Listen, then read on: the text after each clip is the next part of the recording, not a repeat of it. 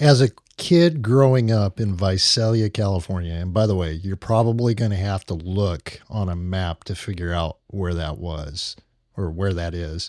So I'll give you a hint. It's actually in between Fresno, California and Bakersfield, California. Yeah, off of Interstate 99. Anyway, as a kid growing up, one of the things that my parents did for us one year, myself and my two younger sisters, is we got brand new bicycles for Christmas. All of us, which was a wonderful thing. And I'll never forget, I knew that something special was going to happen that year, but I didn't know what that was. And I was like, oh my goodness.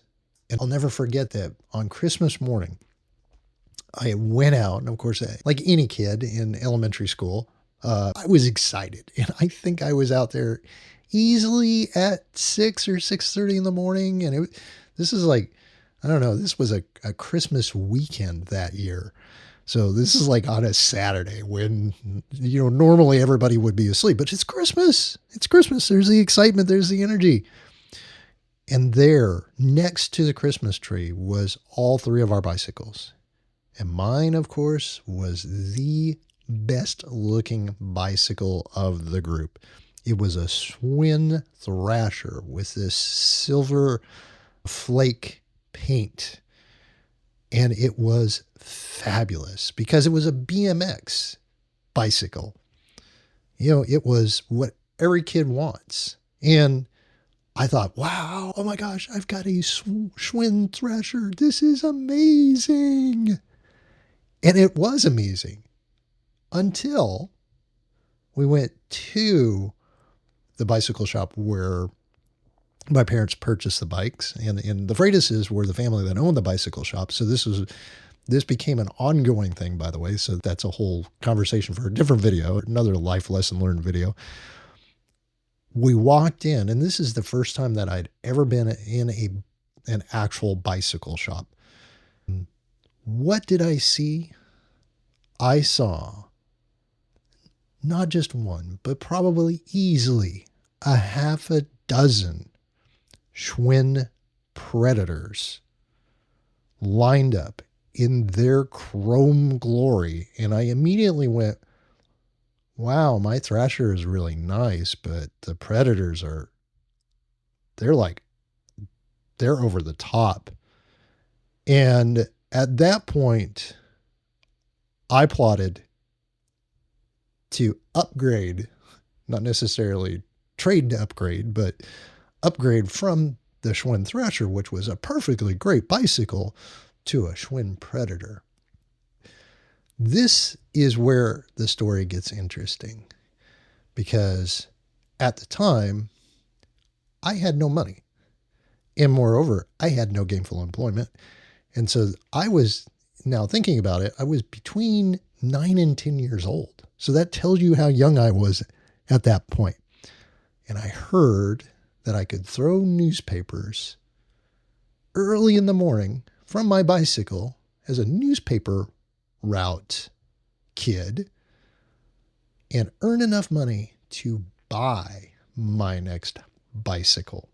But of course, I had to go down and apply to throw newspapers. And I went, this is the way. So even early on, I was learning about the value of money, about understanding what it takes in order to be able to afford things. And long story short on this was I worked out a deal with Mr. Freitas, and we came up with a layaway agreement where I would pay a certain amount of money over the course of, I think it was easily 6 to 12 months, we'll say nominally, because the bicycle, I think at the time was about $400 over the course of 12 months. We do the math, it comes out to, something in the neighborhood of, I don't know, 20 some odd dollars a month or something like that. No, anyway. Yeah. So not good at math. This is the reason why I do product development coaching. But I worked, and really that was where that leadership trait started to kick in at 10 years old. I was motivated to replace a perfectly good bicycle with an even better bicycle. I was willing to get up at 5 o'clock in the morning, 5:30 in the morning before school to go throw newspapers and then do all the collection of the monthly payment on those newspapers, because basically it's a consignment thing. And then subsequently work out a business agreement with the owner of the bicycle shop so that I could pay down and pay off the total value on layaway of the new bicycle that I really wanted. And it all came together. And I got my Schwinn Predator, and I was so proud of picking that bicycle up because that was the first substantially valuable thing I ever purchased in my life. And it was because of my willingness to step out, get a job, earn money, reinvest that money to pay off the thing that I really wanted, and subsequently had such a sense of achievement and accomplishment that it became a flywheel, because there was another bicycle and another one after that I did the same thing. And it was really due to the fact that I had access to throwing newspapers early in the morning and earning money in the process. And that was my first taste of actually exhibiting and learning leadership behavior. Because the bottom line is, if you can't lead yourself, how can you expect to lead anybody else? So building these practices and these habits at a young age really put me in a great position to know what to do and how to do it, not necessarily how to encourage others to do it, but I had a track record of success going into all future employment, and especially going into the military once I had finished up high school.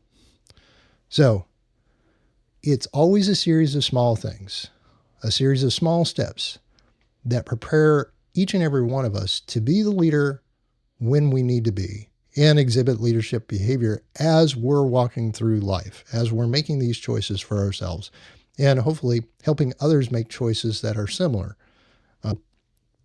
Think about the behavior that you're exhibiting today, whether you be, 18 or 83, and figure out the things that truly are self-leadership, and then share those things with others and make sure that you're on the right path as far as being in a position to accomplish the things that you need to, even if you're not carrying the formal title of a leader in your organization or in your friend group or in your faith, congregation.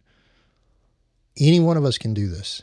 Any one of us can develop these behaviors if we haven't already at any point in time, and see the results of making those commitments, holding ourselves accountable, and ultimately achieving the results that we desire to see.